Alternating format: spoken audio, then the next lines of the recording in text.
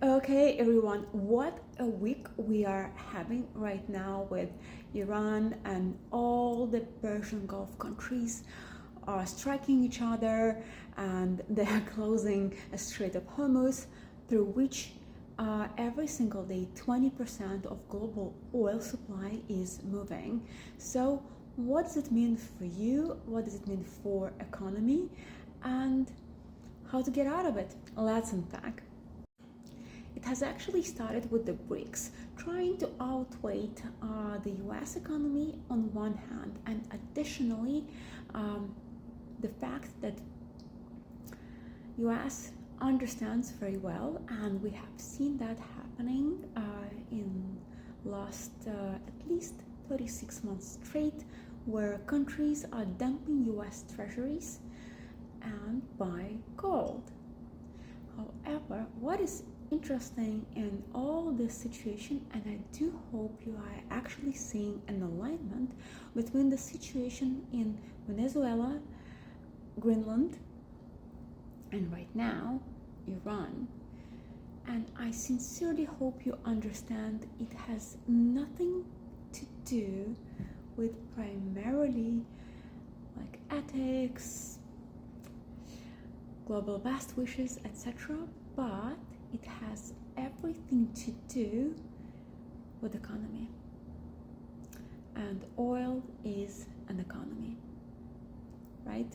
The only exception to this one would have been Mexico, whereas Mexico, actually they do hold some of the largest globally reserves of silver. And silver, my friends, is a part of energy system powering your military operations, obviously all your electricity, all your EVs, and overall moving the technology towards.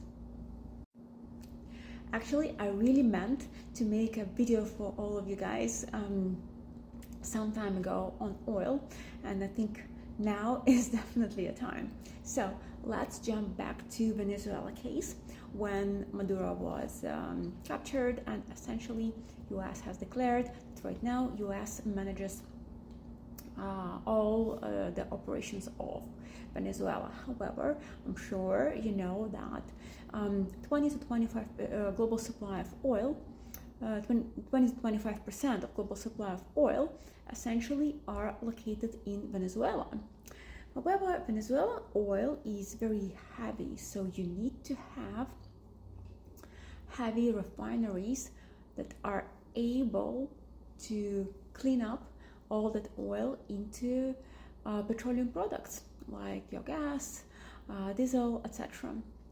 And those refineries actually are fairly expensive to build when it comes to a budget of Venezuela as a country. However, most of those refineries have already been built in Texas and in the Gulf area, right? So, because Venezuelan oil is very heavy, it is also very cheap. Think of it, I mean, ballpark, $14 a barrel. Just to give you an understanding, the prices for oil at Friday closure would have been $65 to $70 per barrel, respectively. Any like cleaner oil or the byproducts, they are substantially more expensive, and who gets that spread between the cost of material and the final product, such as gas? That would be a refinery or refining company, right? So it's a very good way for American business to pocket the difference. However, to build more of refineries by American companies within Venezuelan borders, that indeed will take a lot of time, and the process, I mean, at least a few years. That's absolutely correct.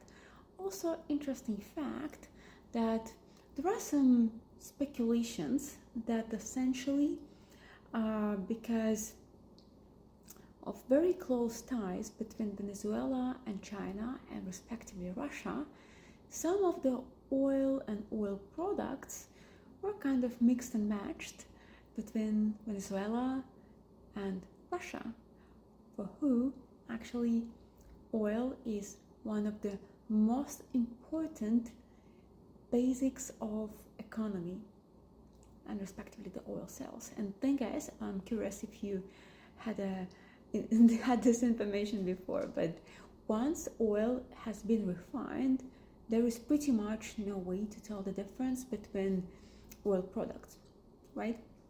And that's actually how all this unification globally works for us. An interesting fact is that also Venezuelan oil, because of its being so heavy, is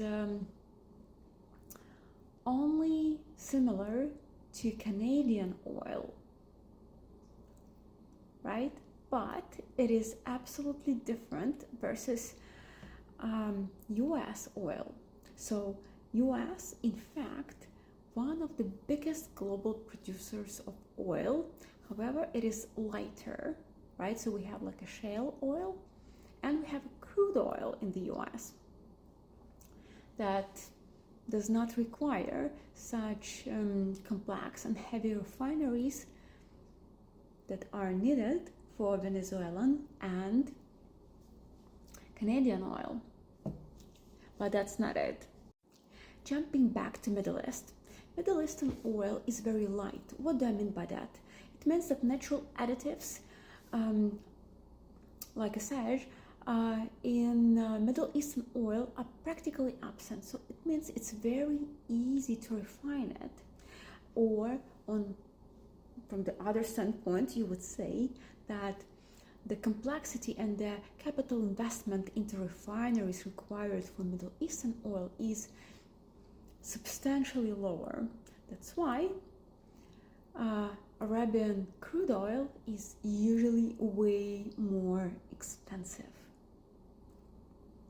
And now it will become even more expensive given an unsafe situation within the region, difficulty on how to transport it, right? Because obviously it's being sold around the globe, but thing is, it's moving through Strait of Hormuz by tankers, by a big portion of it, right? And thing is that, again, as I have mentioned about Venezuela, some of Russian oil might have been mixed and matched and sold without a specified origin in the area, right? So, cost of insurance for Gulf countries, oil exporters, is going to go up rapidly. You can also see just in a couple of hours, once the markets will open, several things. The prices for oil are going to go up. Right now, US is stating that they expect operation in Iran to last for 4 weeks, substantial and possibly extendable. So we can see elevated oil prices for a long time. So I'm very much hoping that you have previously bought, at least at Venezuela case, some oil companies, preferably of non-Arabian origin, though I am considering to buy Aramco soon, possibly not right now, but as a long-term holding.